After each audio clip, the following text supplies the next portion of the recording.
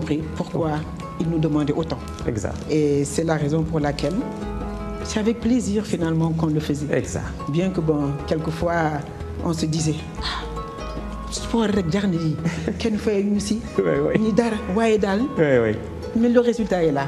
Alors nous avons brandi la première Coupe d'Afrique. mu nekk début de règne parce que vous avez régné de 74 aux années 80. 80. Oui. Moi je suis partie juste avant parce qu'entre-temps j'ai commencé ma vie professionnelle. Oui. Et pour moi c'était important de m'adonner à ma vie professionnelle. Mais quand je l'ai fait, vraiment c'est de... Moi j'ai commencé en équipe nationale en 70. Jusqu'en 77, je dirais exactement. 77, Dalcy l'a décroché parce que j'étais à l'étranger. Moi, j'ai pratiquement pas vécu au Sénégal. Je dirais que j'ai vécu beaucoup plus à l'étranger que li ma vivre Sénégal. C'est après 78 que nga dem? Non, moi je suis partie depuis 74. 74. Et je suis revenue en 78. Ah, ouais, vous reveniez jouer. Voilà. Ah, c'est ça, parce que exactement. L'équipe de 78, bi ñuy gagné à Dakar, yaa ngi ci.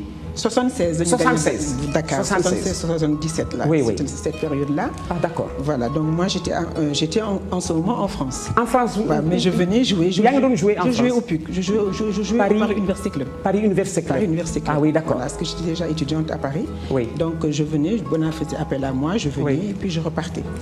Kon mu ngi nii la première équipe des Lions championne d'Afrique suñu invité bi moo nekk nii tey Marie-Amélie Lopez. Photo bi c'était en 1974 nous sommes en Tunisie xam ngeen première Coupe d'Afrique bi li ko mettil Tunisie moo organisé Sénégal war final ak moom biir Tunisie gagné ko fa 3 points d'écart koo gagné 3 points d'écart te mu nekk ci dëkkam gagné ale nga arbitré parce que da nga koy sóoraale suñu invité bi moo nekk nii nous sommes en 1974 li tax maa mbégte indi photo bi moo di suñu doom yi nga xam ni bërki démb dañu gagné la Coupe d'Afrique catégorie junior man ni dama leen di indil seeni yaay pour ñu gëm ni teranga basket bi ñu gagné yàgg na fi nañu def nag li seen yaay deful moo di lan réussir la percée mondiale kii moo di Marie-Amélie Lopez mayu bi mayu magama woon parce que grande sœur ma ko jiitu ci équipe nationale bi ci génération bi ko précédé di Christiane Lopez kon kii moo di la première équipe des Lions championne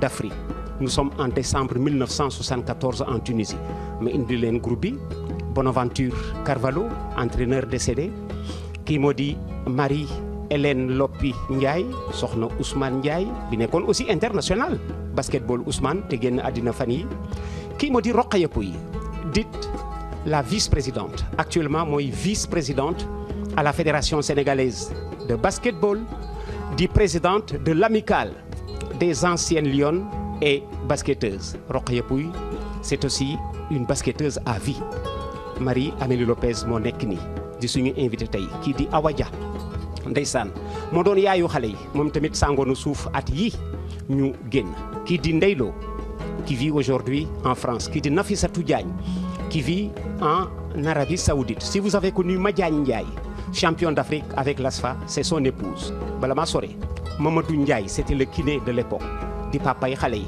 moom Mamadou Ndiaye ci suuf vous avez ici Mame Penda Diouf yéen a ngi koy dégg ak mën a basket Mariem Ba qui vit aussi en Italie moom tamit ci gaañ la ñi ñuy bàkk kii di Angélique Niang Kankou Koulibaly moo nekk nii mook Marie-Amélie ñoo daan awante brassard bi di ngeen ko gis léegi Kankou Koulibaly kii di Henriette Dior qui est devenue arbitre international kii di Koura Dia moom tamit très tôt mi ngi doon vivre en Europe kon kii moo di la première équipe sénégalaise championne d'Afrique chez les Lions Marie-Amélie Lopez moo nekk nii di suñu invité tey kon 74 boobu ñu jógee dafa nekkoon début de règne parce que Coupe d'Afrique des Nations bi Sénégal daf ko tegle di ko gagné benn na ngi nii bii 78 la invité bi ba tey moo nekk nii Marie-Amélie Lopez présenté naa leen ko tout à l'heure keroog bi junior yi gagné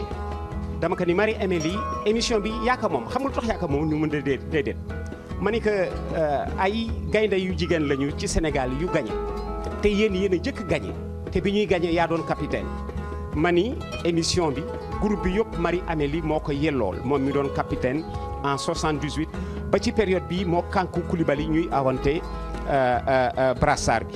Alors je commence là à gauche avec Busnel Diagne, l'adjoint de Bonaventure Carvalho, Ndeylo que je vous ai présenté tout à l'heure, Marie-Hélène Ndiaye que je vous ai présenté tout à l'heure, le voilà Bonaventure Carvalho.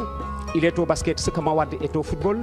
Ndiémé Diallo moo nekk nii moom tamit son mari est champion d'Afrique. Si vous avez connu Amadou Sekbil de l'ASFA mooy borom këram. Kii di Khar Touré tey jii elle est cadre au ministère des sports. Kii di Nafissatou Diagne je vous en ai parlé, il vit en Arabie Saoudite et le voilà Mamadou Ndiaye kii ne xale yi di seen papa. Su ma wàccee vous avez ici Rokhaya Pouy, on l'a présenté tout à l'heure, la présidente vice-présidente à la fédération de basketball. Mariem Ba moo nekk nii Tchacha. Fii di Kankou Koulibaly fii Kankou moo doon capitaine gis nga Coupe d'Afrique baa ngi nii mu uuf. Nous sommes à Dakar 1978. Mam Penda Diouf a nekk nii le talent à l'état pur moom laa leen wax tout à l'heure. Kii di Dieynaba Pouy Dieyna ou Dieyna simplement di sœur cadetu Rokhaya Pouy. Kii di Aminata Gueye. Kon groupe bu 78 baa ngi nii ba tey Lions yi nekk en plein règne avec Marie-Amélie Lopez.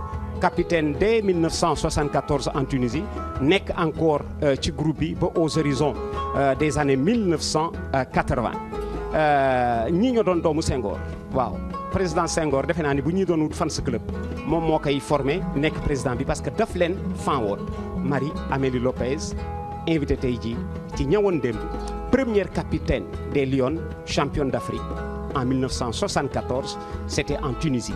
Ici nous sommes à Dakar. Lions yi dañ ko ci delloosi kon Marie-Amélie moo nekk tey jii ak ñun ci plateau ñëwoon démb. Il paraît qu'il y a une basketteuse préférée président Senghor. Certainement. Je me souviens d'une audience au palais. Tout à fait.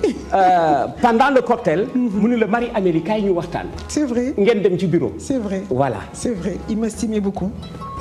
Il m'estimait beaucoup. Et je me souviens encore un jour bu ñu jógee defe naa championnat du monde. J'étais avec, parce qu'il y avait l'équipe de l'ASFA qui revenait d'une coupe africaine qu'elle avait remportée. Et le président devait nous recevoir nous ñëpp ensemble. Les joueurs de l'ASFA et nous-mêmes. Et bi ñu ñëwee, je me souviens